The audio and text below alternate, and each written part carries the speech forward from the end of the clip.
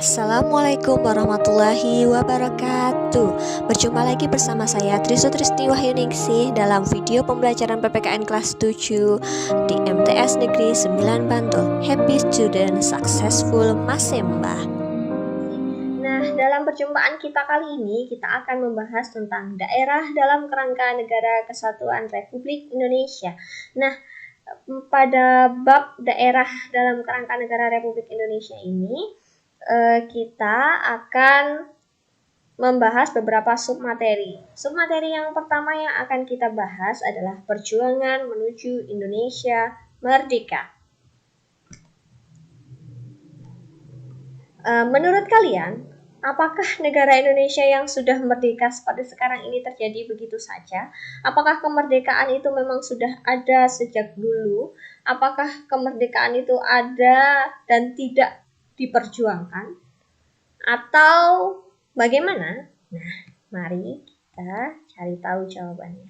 Jawabannya jelas tidak ya anak-anak. Negara Indonesia itu merdeka karena perjuangan para pahlawan negara. Lantas, bagaimana saja sih, apa saja sih bentuk perjuangan para pendiri negara ini? Bentuk perjuangan para pahlawan itu bagaimana? Kita cari tahu sama-sama ya. Nah, perjuangan pahlawan dalam meraih kemerdekaan Indonesia. Sebelum kita berbicara lebih lanjut mengenai perjuangan, kita harus tahu dulu apa sih arti perjuangan itu. Nah, perjuangan merupakan usaha sungguh-sungguh dalam mencapai sesuatu. Sebagai contohnya, misalnya kalian itu ingin menjadi seorang juara kelas, maka kalian berusaha sungguh-sungguh untuk belajar, untuk mendengarkan kata Bapak Ibu guru, itu juga sudah termasuk perjuangan.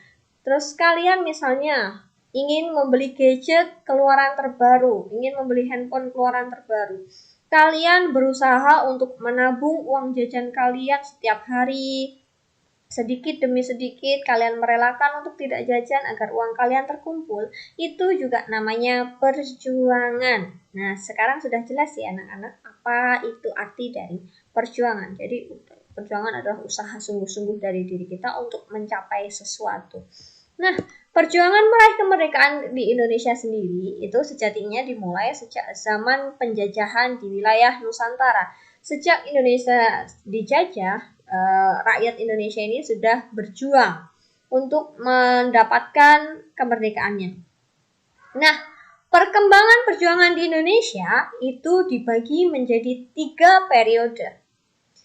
Periode yang pertama itu pada tahun 1602 sampai 1908. Bentuk perjuangannya bagaimana? Yuk kita lihat sama-sama.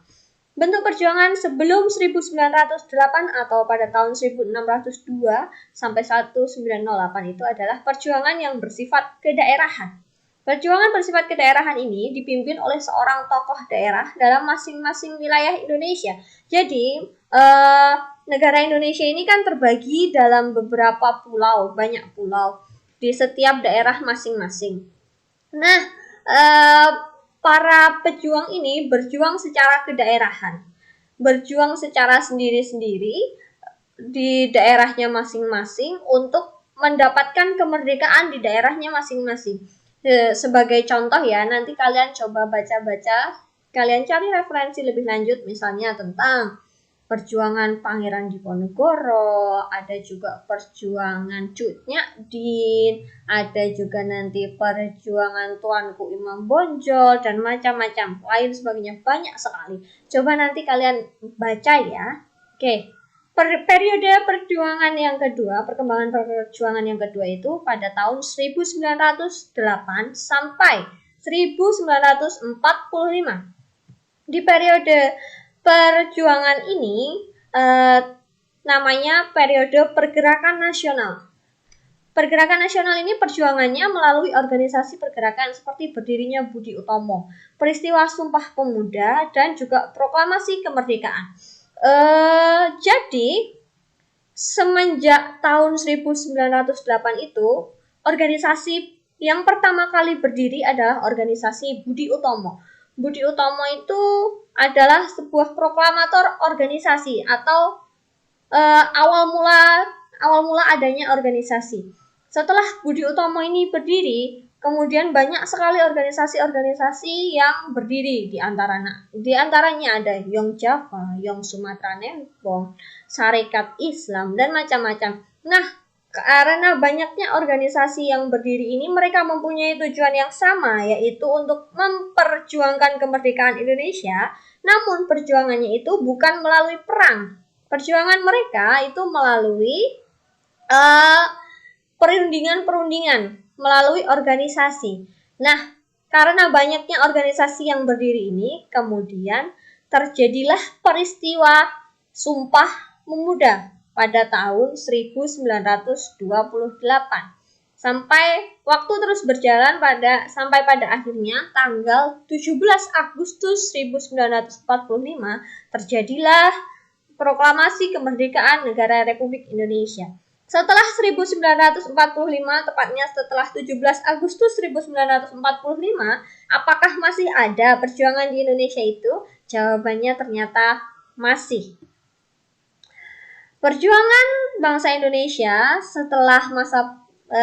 setelah kemerdekaan Indonesia itu disebut sebagai perjuangan menghadapi agresi militer Belanda I, agresi militer Belanda II, hingga konferensi Medan Bundar dalam rangka mempertahankan kemerdekaan Indonesia. Kenapa setelah merdeka negara Indonesia itu harus tetap berjuang? Kira-kira apa ya? Karena pada masa kemerdekaan Indonesia itu memproklamasikan kemerdekaannya pada tanggal 17 Agustus 1945, Indonesia itu ada dalam masa penjajahan Jepang. Sementara di awal waktu dulu yang menjajah Indonesia itu adalah negara Belanda. Nah, karena Jepang ini kalah perang dengan negara-negara barat, maka Jepang seharusnya menyerahkan jajahannya ke negara barat lagi. Namun negara Indonesia ini sudah merdeka. Belanda tidak mau mengakui kemerdekaan negara Indonesia, dan Belanda ini ingin kembali menjajah negara Kesatuan Republik Indonesia. Maka dari itu, perjuangan setelah tahun 1945 sampai 1949 itu adalah perjuangan untuk mempertahankan kemerdekaan Indonesia. Bagaimana negara Indonesia itu harus tetap ada, harus tetap berdiri, dan tidak lagi dijajah oleh bangsa-bangsa asing. Nah, jadi itu dia ya anak-anak. Materi kita pada hari ini ada 3. Perkembangan perjuangan Indonesia merdeka itu ada 3 tahap. Yang pertama tahap mulai tahun 1602 sampai 1908, terus yang itu masa penjajahannya masih bersifat masa perjuangannya masih bersifat kedaerahan, antar daerah mereka berjuang sendiri-sendiri. Terus kemudian di tahun 1908 sampai 1945 itu mereka berjuang sudah dengan menggunakan organisasi, dan kemudian perjuangan yang terakhir itu perjuangan untuk mempertahankan kemerdekaan. Nah, semoga kalian bisa paham dengan penjelasan singkat yang Ibu jelaskan kali ini. Tolong dicatat poin-poin pentingnya jika kalian menganggap hal yang saya sampaikan itu penting. Semoga pertemuan kita kali ini ada manfaatnya. Ada banyak salah, saya mohon maaf. Assalamualaikum warahmatullahi wabarakatuh.